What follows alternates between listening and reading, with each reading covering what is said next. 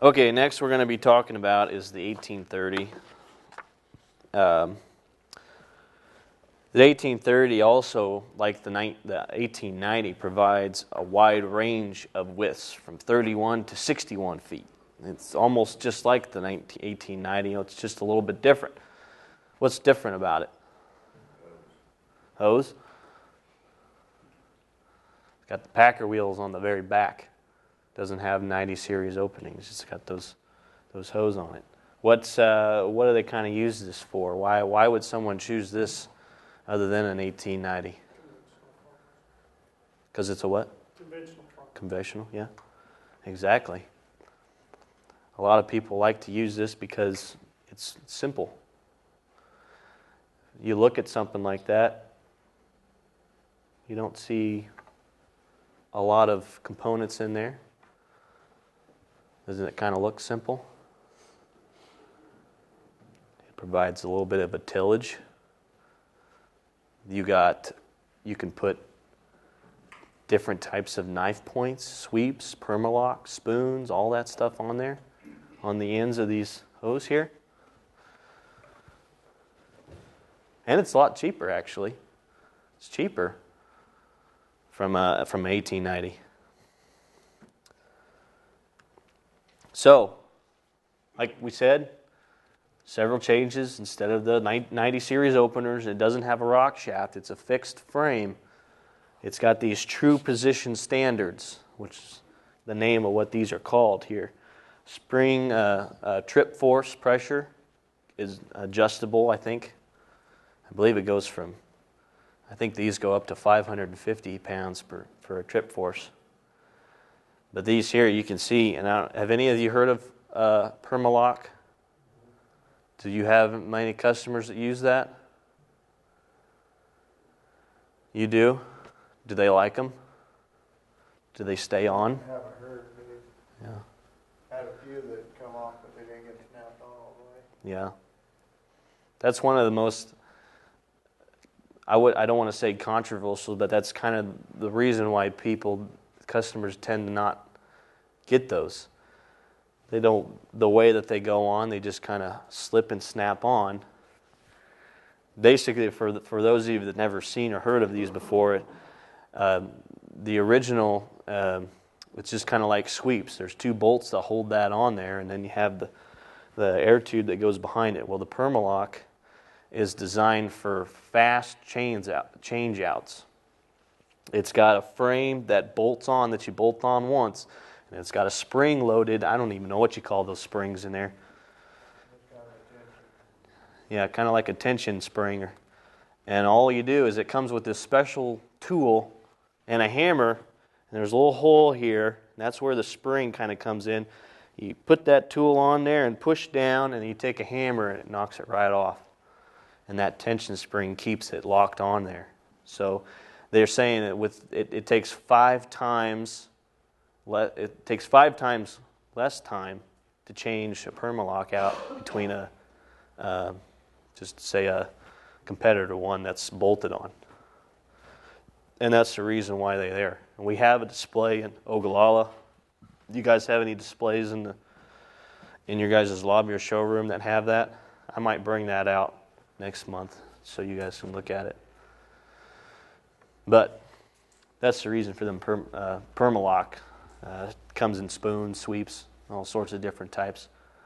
Those Packer wheels at the end, you can get in a different assortment of Packer wheels. Most of them are steel around here, and they travel right on top of the furrow. The knife points are designed to kind of push the soil away, drop the seed, and then bring it back in. Just kind of the way that the knife points or hose are designed is to move it, and then it goes around and back in, falls back in. And then these Packer wheels come behind it, keep it nice and firm, pack it in there. Some of them have the steel Packer wheels that go right on top of the furrow, and then there's some that have them on each side, just right on each side, and keep the top just basically loose. Does anybody have those type? Billy? I think it was a single point. Yeah. I think Billy's got the ones that just travel along top of it.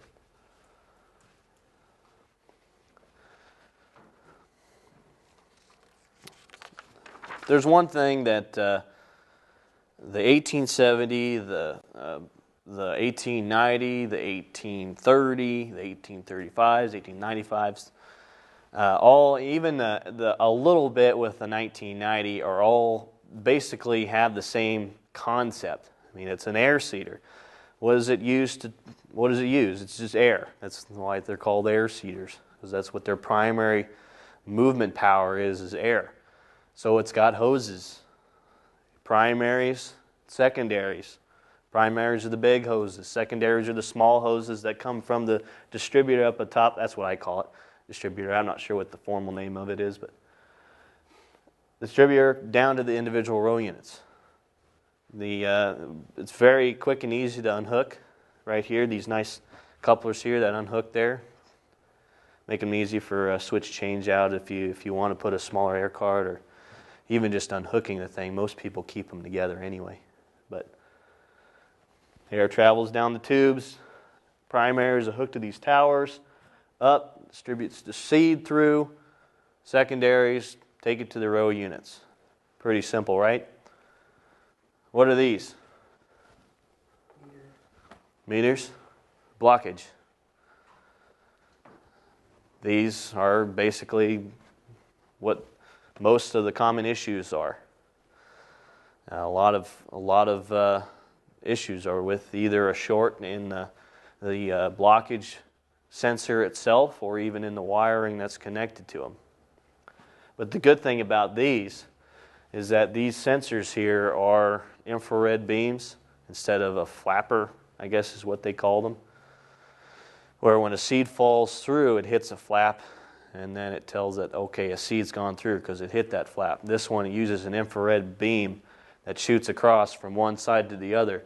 So when the seed drops through, it interrupts that beam, and then that's what tells it, okay, the seed's gone through, it's okay. When that beam's not interrupted or isn't working, then it's blocked. Good thing about these is that they're all the same, whether you have all-run system or a primary one. Does anybody know the difference between all-run and primary only run? Blockage? The fertilizers only have a primary run, they only have one blockage on them. That's right. The primary only has only one sensor. So they might have 12 secondary hoses coming out of them, but when you see that there's only one sensor on one hose, you kind of look at that and you step back and say, well, you're missing a lot of sensors. But that's not the case. That's primary only. That's just to say if there's seed going through it anywhere. Some customers like it. It's cheaper than an all-run system. An all-run system has a blockage sensors on every single secondary hose. If a customer asks me, which do I prefer? I say all-run not because it's more expensive and we need to make money. I say because it makes it a heck of a lot easier to track where your blockage is.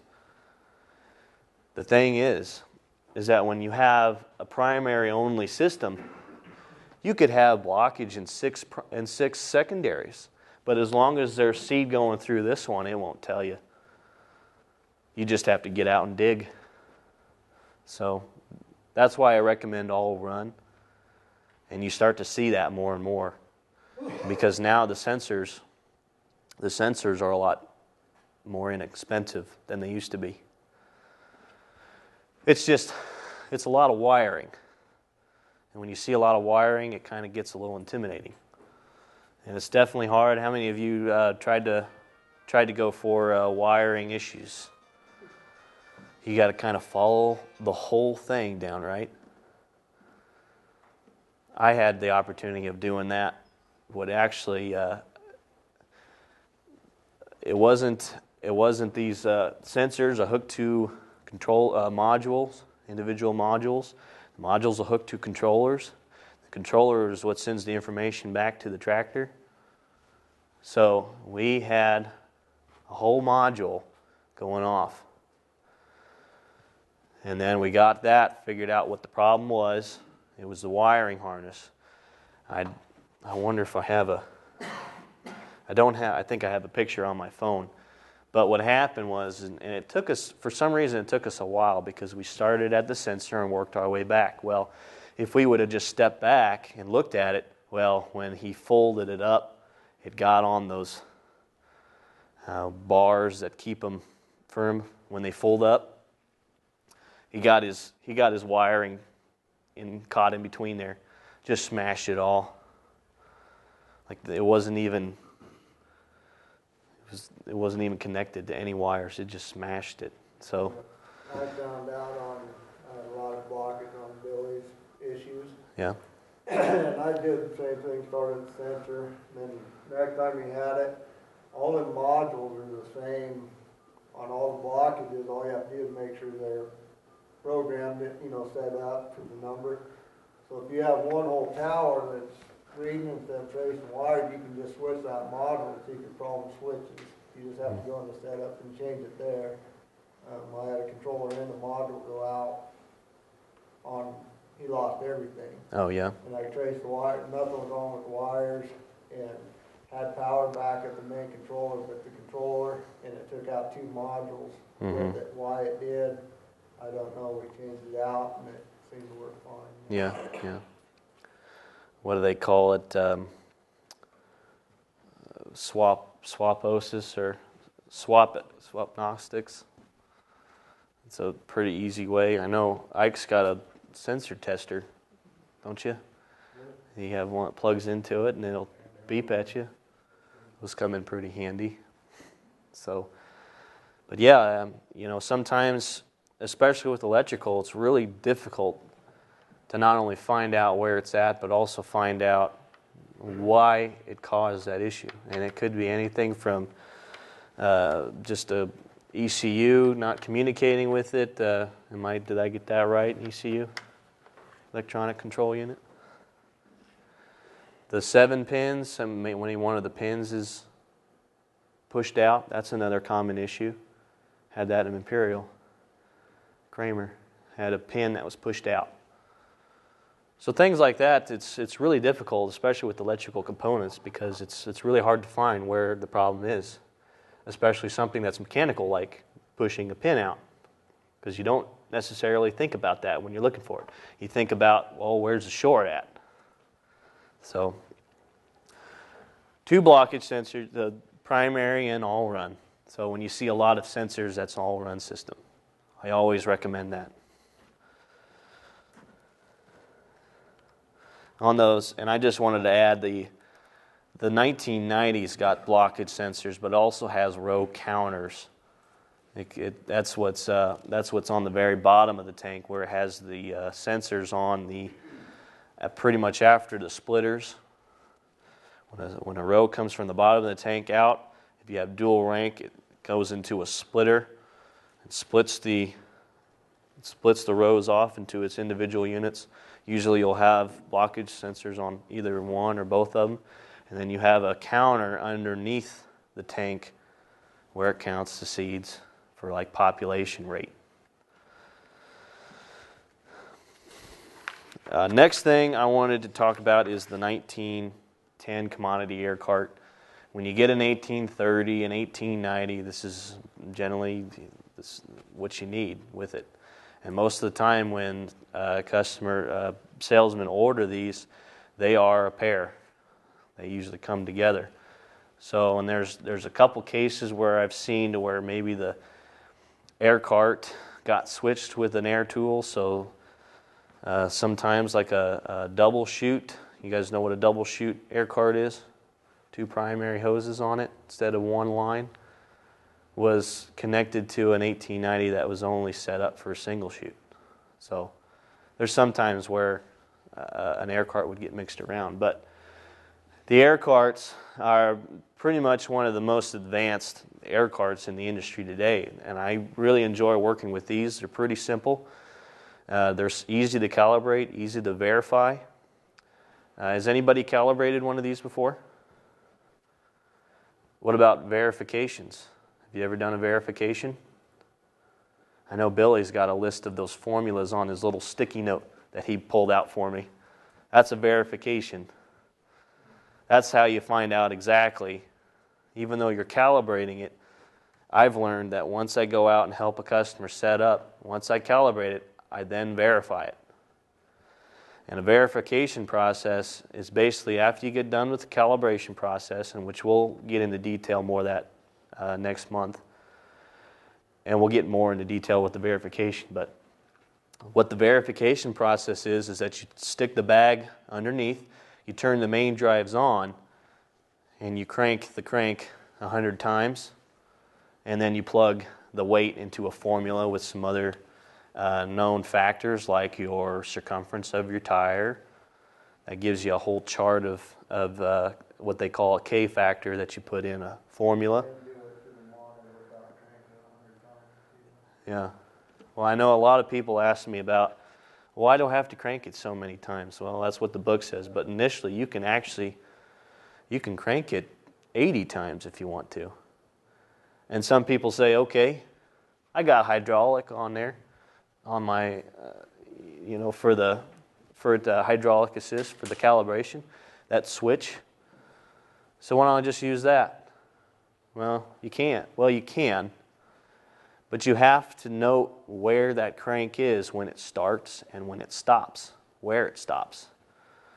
So if the crank's facing up and it goes around 100 times and all of a sudden it's over here, you got to add that quarter to that formula or else your application rate's going to be gone. It's going to be wrong. It's going to be off. So we'll get into more detail of that. We're going to do a little bit of math. Anybody good at math? Like math? Numbers? Okay. So I always recommend doing a verification afterwards because the calibration will tell you what transmission setting to set the transmission at, but it's assuming that it's going at 60 pounds per acre or whatever you have the desired application rate at. A verification is to verify that's exactly what you got coming out. So when you turn those main drives on, crank that crank, plug it in the formula, it'll actually tell you pounds per acre instead of transmission setting. And that's one of my projects I'm wanting to work on throughout my time is to figure out, okay, meter displacement value, how much grain or products is displaced per one revolution of that meter. How do they calculate that? How do you figure that out? Well, what it does is it rotates, and that sensor on there notes how many revolutions it's going. You add in the pounds, and then they'd use those two values and then calculate your meter displacement value. But if you're a brand new customer, you're saying, okay, well, I don't know if John Deere's displacement value that they've given me is truly accurate from where I'm at now. What's a good meter displacement value that I need to put in so that when I do calibrate, hopefully I'll be really close to what my monitor's saying. Because when I first went out, I just did a calibration, and about 50% of the customers that I helped set up said they were overseeding. There's lots of different variables of why that happened. Maybe the seed didn't settle. Maybe they just filled it up. Maybe their tanks weren't pressurized. But we'll get more into detail on that next month. So 195 bushels, the smallest one you can get. They came out with the 550 this year. And here's a configuration chart. 550 actually goes up in the toe behind. They don't go a toe between. I just put it there because it's empty space. But there's your 12 different types of combinations you can get. Some of them that have these 3 tanks here. I don't see them very much common out here, the 3 tanks. A lot of people use the 2 tanks. Question, can you put liquid in one of these tanks? You can. But you have to get a special tank to be able to use liquid. And most of the time it's these middle tanks. But you rarely see that. Everybody uses dry fertilizer, right? So, but you can get liquid in those. You just have to get a special tank. It costs a little bit more because they're not very popular. And when they can put wet fertilizer in, same as using dry, why not use the dry? Because you can fill a whole tank with that. So they'll have specific hoses for that. Yeah, and most of the time, if you order the seeder and air cart that has a liquid fertilizer tank, they'll put the liquid hoses on there. So most of them would, yeah, separate placement. So the thing is that I've read about it, I've heard about it, but I've never seen it in person. So it would be kind of neat to actually see what it looks like in person, or what the tank looks like, what's different about it, how they use it. So some of the top 5 advantages that for this air cart is, number 1, it's carrying bulk product. You can get more acreage done, less filling time. Easy to fill with that auger on there. Sometimes I know that was one thing that Kent was talking to me about. He asked me, Billy really liked how fast it filled up. It was really easy to start up the auger. The only thing that was really tough for him was he had a hard time pulling it off and moving it around. And even, with the 2, it's got the main swing arm and then it's got that little one. Sometimes that little one can be real stubborn. Am I right?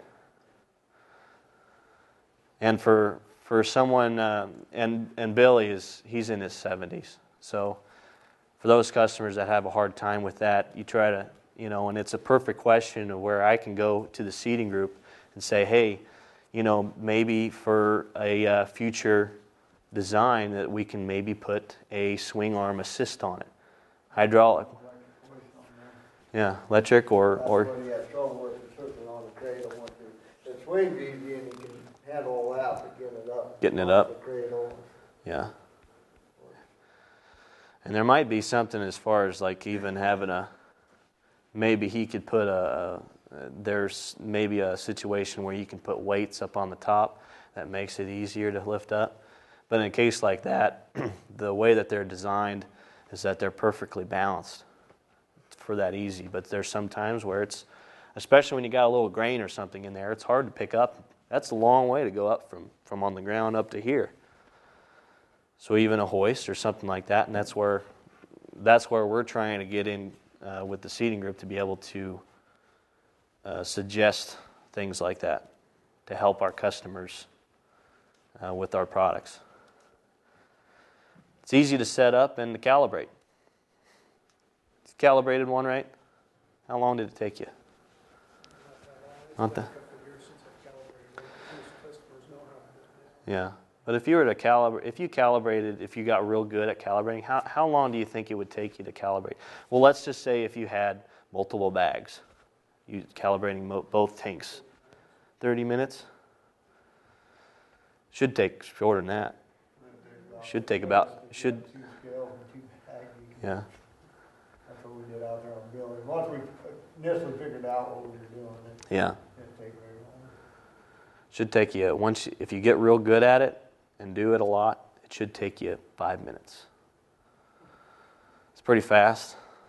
But, when you think about that, and that's what I've read, it should take you 5 minutes. But I'm sure the person that timed that was like, go! And he was running up and down because it takes a while to get up in the tractor and push the button and then go and then crank and then come back and push the accept button and then go and weigh it and get back up in there. It takes a while, but if you do it more often, it gets easier and easier, faster and faster because you know what to do. So, but the setup, has any of you set up one on the monitor? Yeah? It's pretty easy, or is it kind of difficult? Yeah, once you figured it out, Yeah. It's not too bad, but the instructions in the book aren't the clearest. Yeah. If you haven't ever been around one, it's going to take a little bit. Mm-hmm. I know with some customers, they say they have a hard time finding the actual run page is pretty much the hardest part. And then with all those buttons on the side, they don't know which one to push. So, but once you're there, you follow the tabs, just put everything in from the drop down. Now, when you get into fertilizer, that's a little more difficult because they got a whole list there, but most of the time, the customer has a different fertilizer from that list.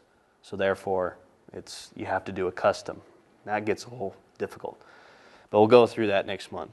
It's easy to clean out. Did you guys know that auger will move underneath that meter when you clean it out? Has any of you had the opportunity of cleaning it out? That auger is able to swing around and move underneath the meters. I've had that question. Those air carts should come with kind of a cap.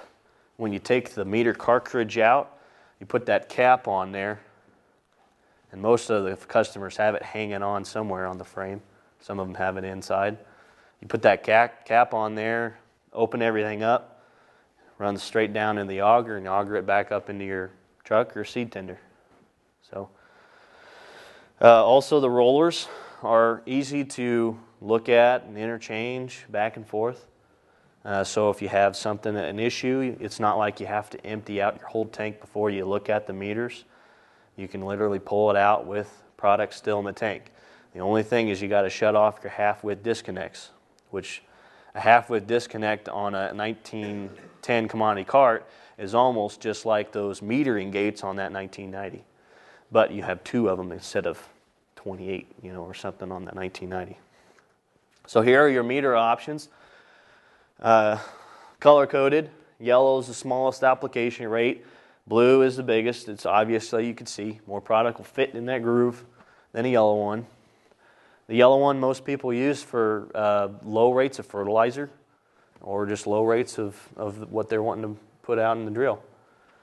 Most common you see here are the black.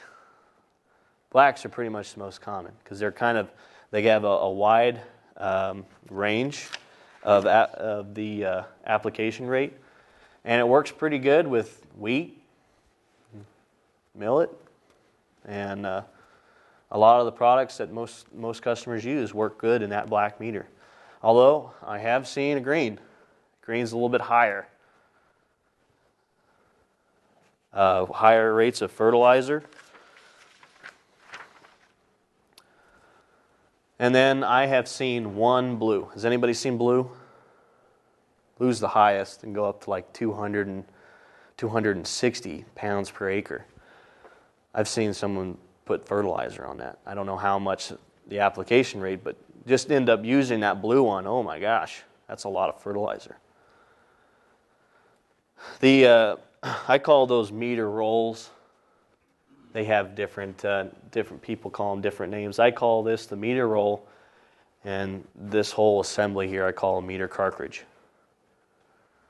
And you could pull that out. It's real easy. Would you say it's pretty easy to clean out, pull out?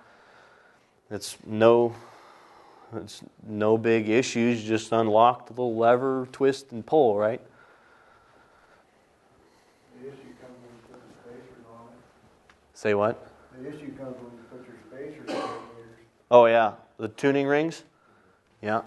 Better off if you're gonna have to run 2 different styles of crop or something, is they're pretty pricey just to get another meter set up so you can just swap them. Because I don't see how they're gonna come off that easy. Yeah. How do you put them on? Boil them. You boil them? You have to boil them and then they tap on them. They're not very fun. Yeah. When I was working down in Leota for a while, I was helping Antonio with his, and he had a heat gun mounted facing down. And so what he did was that he got all of his rings that he needed, and he would stack them up and put them right underneath that heat gun. And then as those were heating up, he would take the cartridge apart, take all those snap rings off, take the rollers apart, and by the time he got done with it, those rings were hot, ready to go. So he put them on, and he used that special tool that they give you, which is just a PVC pipe. So, yeah, it's once you get those hot and good, they go on pretty easy. But when you take them off, that's a different story. And they're not cheap to get a set roller either. Yeah, yeah. Separate fertilizer placements. These you don't see very often, but we do have them around here. Mainly 1835s. I have not seen the 1895s yet. Does anybody know of any? 1835s, I've seen them. Basically, the only difference is they got a whole different... sometimes people, especially on the 1835s, which is an 1830, just the 5 is the separate fertilizer placement. Some of them have an extra row to put them on, or some people use, I want to say aftermarket knife points that have different, to where they can put a fertilizer on each side of the seed or things like that. I've seen them do that. One by Alliance had one like that. He had two hoses going to the same opener, but the opener was designed to put the seed in the middle and the fertilizer on the outsides. Billy's got one. Okay. The 1895 over here just adds this extra rank on the back. I believe that's 20-inch spacings. So that's kind of, it uses a whole, as you can, I don't know if you guys can see here, but here's a tower here and here's a tower here. So one's tower for the product, the other tower's for the fertilizer.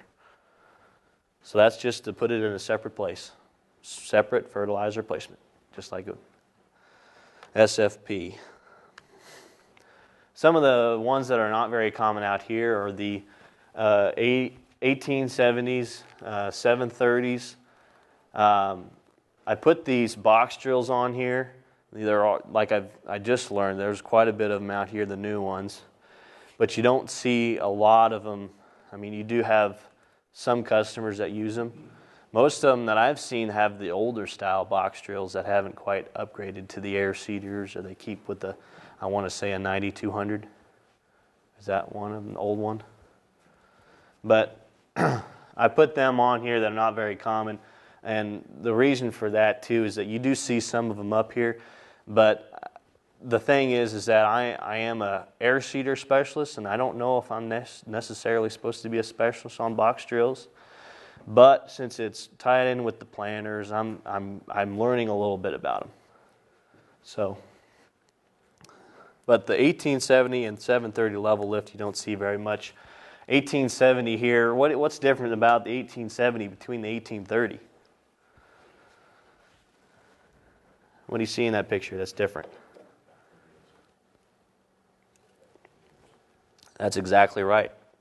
Packer wheels are right behind the hoe here instead of in the back. This whole unit is called a Conservapack. Anybody heard that before?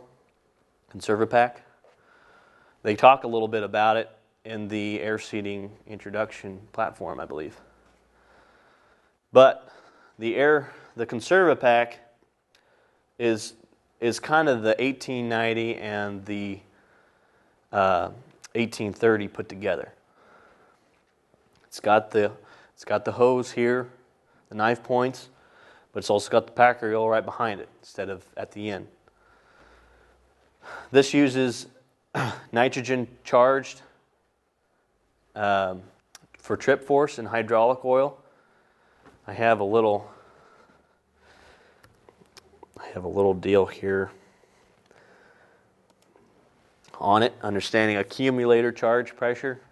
So there's when it first leaves the factory, it's filled up with nitrogen in these canisters, and there's hydraulic oil in the lines. And when you get it to kind of a downforce pressure that you want, you lock that hydraulic oil in there so it doesn't go between in the tractor and whatnot. And what it does is that, now we all know that liquids is not a compressible material. Liquid cannot be compressed. It's got to go somewhere. And that's what these come in for. So you have pressure in here that keeps these conservapacks down into the ground at a depth that you want. And when an obstruction comes through and hits that, it creates a reaction that all the hydraulic oil has to go somewhere. So that's where these canisters come in. And that nitrogen is designed to push that back out so that you have constant trip force, you have constant force down on the ground, but it gives that an area of where if you do hit a clog of dirt or something and it pushes that up, it's got a place for that oil to go, and it maintains that force once it gets over. It goes back to its original spot. Why do you not see these 1870s out here?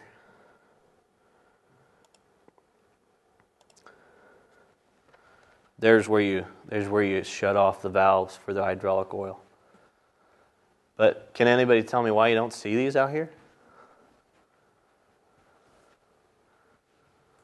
Any guesses? Salesman didn't push them. That's pretty much I guess a big reason. It's expensive. It's very expensive.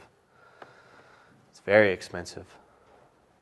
That's why you don't see them very much at all around here, because a lot of farmers don't like to spend a lot of money. So they go with the 18. They're fine with that 1830 or 1890. Now the 730 LL, something that who's heard of this before? Anybody heard of this air seeder before? It goes a little bit in detail with that class. These are where the row units are. This is the seating units on the very back. It's not packer wheels. Why would they put that all on the back? I think I got another picture here. I couldn't get a good picture of the front, but they use the double disc openers, just kind of like what a planter uses. And it's got the gauge wheels here. And the gauge wheels kind of act as a pack wheel as well. Do you guys kind of see what's in front here? Can you make that out on this picture? It's a terrible picture. Maybe you might see it over here. You guys heard of a chevron basket?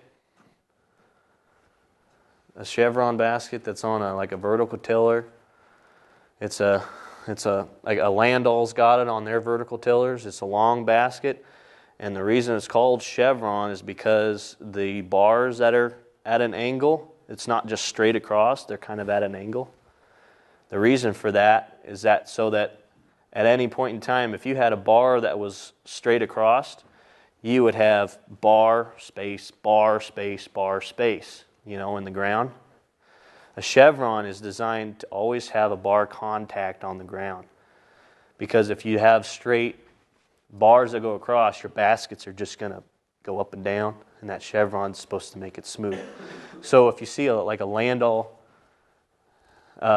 vertical tiller, or maybe even a tillage, they'll have that chevron baskets. You'll see the bars that are angled a bit. And in front of that, it's like sweeps. Tills up the ground. It kind of acts as a secondary tillage tool and an air seeder all in one on one tool. So come through, you got a little bit of weeds, no problem. That'll take it out. It'll put the seed in, no problem. So what's the advantages over this? Of having a less trips across the field, less compaction, right? That's exactly right. It combines that tillage tool in with an air seeder. Why do you not see these out here? That's right. It's very expensive. They are very expensive with all that stuff on there. So, most of this is AMS products here. I'm just going to go through a very brief. We're about done.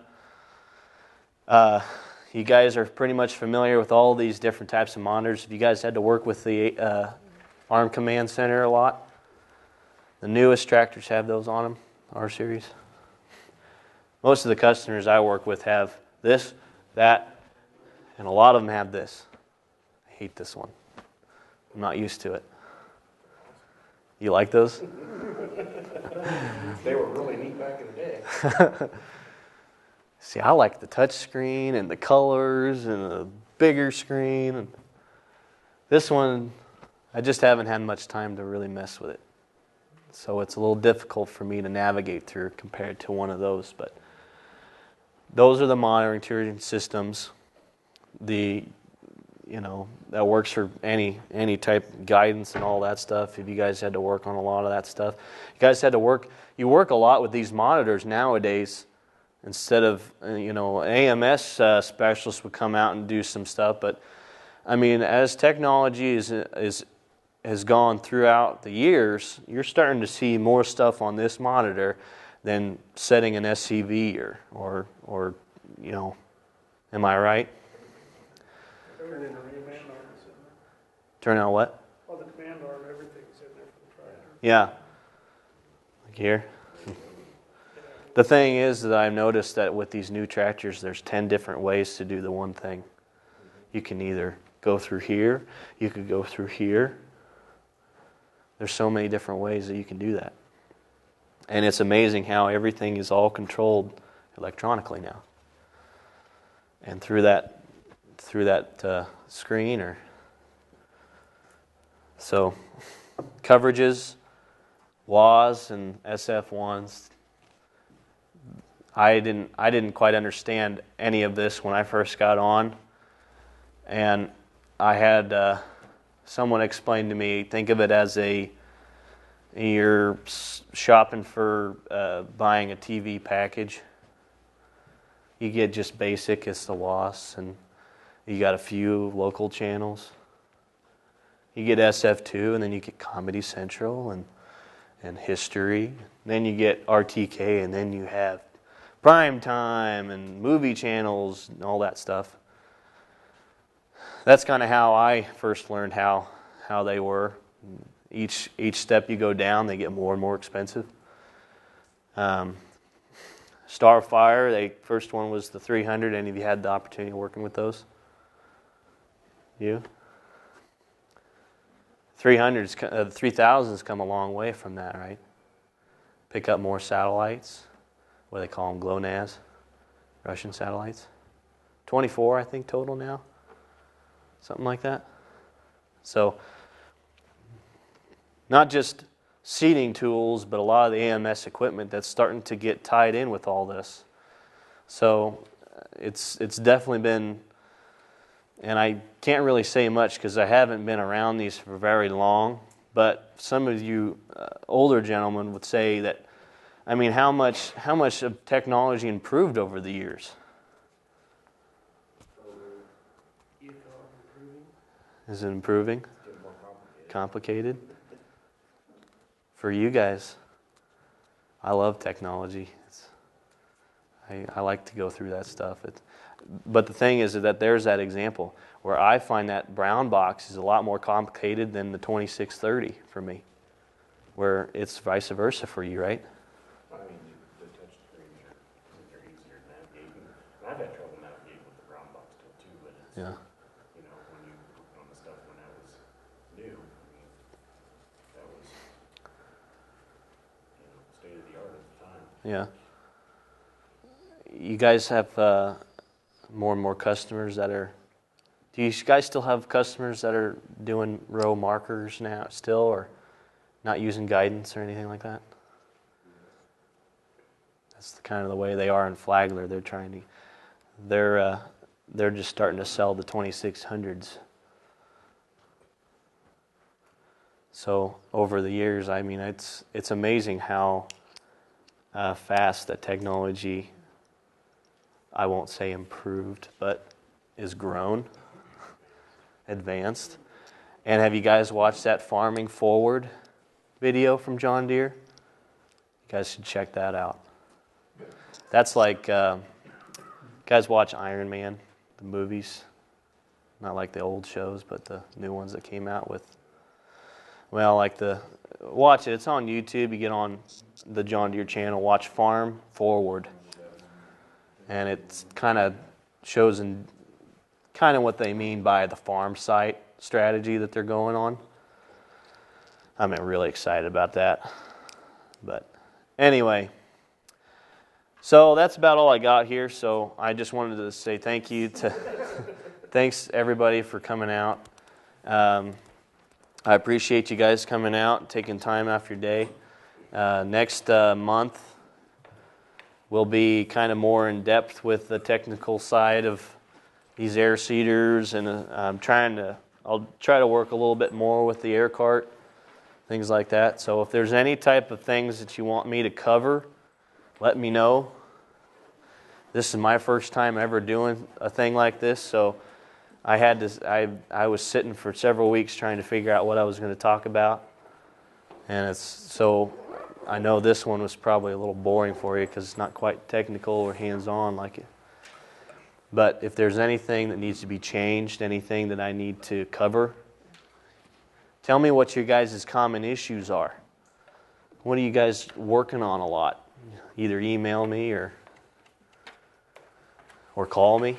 You guys all got my card and everything, so that's about all I got. So let's see here. It's 2:23, so we got the full 2 hours in pretty much. So I want to thank you guys again for coming out, and I hope you got a lot out of it. So it's pretty much done. Drive home safe, and